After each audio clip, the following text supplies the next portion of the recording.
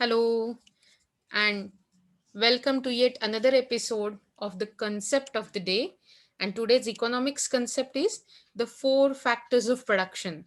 We have always listened to this or our teachers saying what are the factors of production. Factors of production are important. Land, labor, capital, entrepreneurship, or entrepreneur are the factors of production. But let's see this picture. So, first factor is a labor, as shown in a picture. We can see a person plucking the fruits out. That means he is using his labor or service.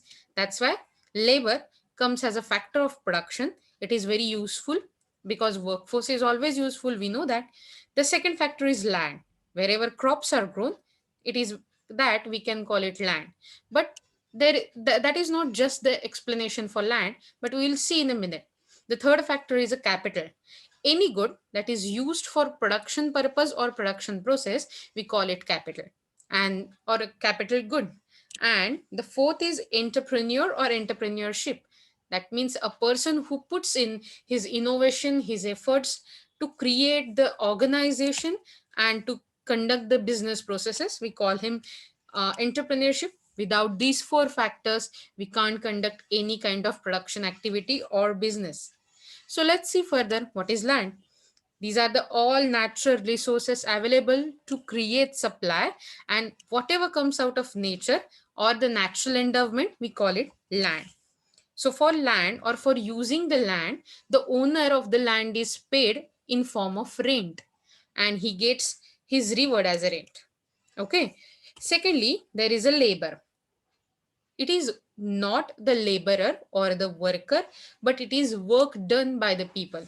That means labor includes services, and the businessman has to hire the service. He can't hire the worker or he can't hire the person.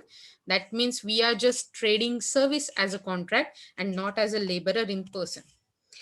Laborers are very much important in the factor of production, as a factor of production in the process of production, as any other factor, because without workforce there will be no process of work done.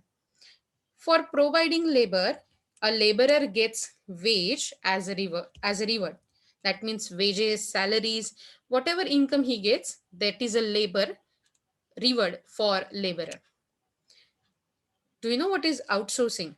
So whenever the labor work is provided to other person, that means whenever if I am a worker and I am given a work outside the boundary of my country, then I can say that I'm getting work from outside the country. That means the people who are providing me work are outsourcing their work.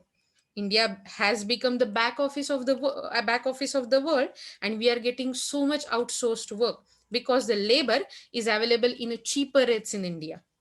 Let's see about capital. Capital is a short for capital goods. As I told earlier, we can say that tractor has become capital good for the business of farming because it is used for plowing, maybe to carry the products, raw material, finished products to market. So that means it is used for the production process, and that's why we can call it capital.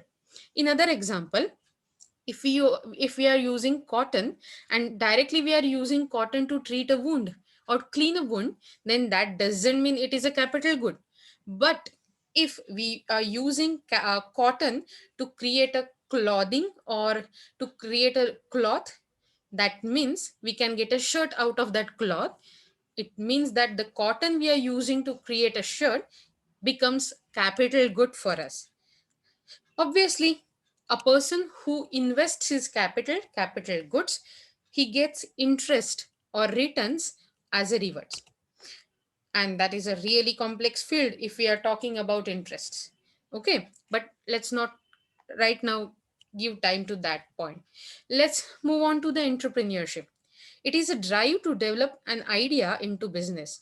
So whenever a person shapes the idea, use his innovative power, innovations to make an organization profitable or to make a production process going on, we can call it entrepreneurship. And the person who runs it is called as entrepreneur.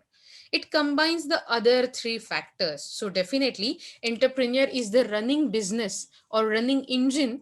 That means he conducts business by combining land, labor, capital.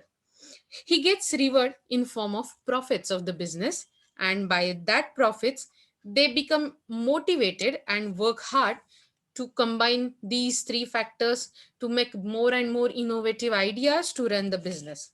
So, is that all about factors of production? No. Actually, let's go a little bit deeper into this. So, who owns the factor of production? Let's see. There are three types of systems running in our world. First is socialism, second is capitalism, and third is communism. So socialism is the factors of production, land, labor, capital, and entrepreneurship. They are owned by every person in the world. So no strictly single person owns a single factor of production.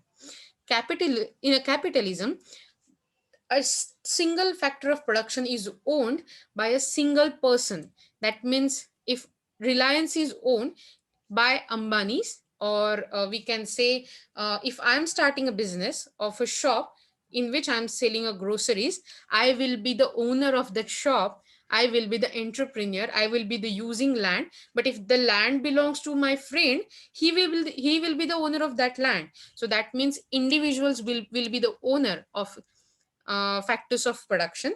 In communism, again, we can say generally government owns everything, but government being the representative of people, we can say that everyone owns the factors of production. And what are they valued for? So we can say that in socialism, factors of production are valued for usefulness of people, how they are used, how useful they are, how much utility we are getting from these factors of production. As per that knowledge, they are valued and they are given wages, interest, or any kind of rewards connected with that particular factor of production. It goes same with communism. But in capitalism, we depend on profit, and depending on profit we share the rewards among the land, labor, capital, and entrepreneurship. So I guess this was a little bit deeper, and it might be new for us. So let's stay tuned and meet in the next week for the another concept of the day. Till that time, bye bye, have a nice day.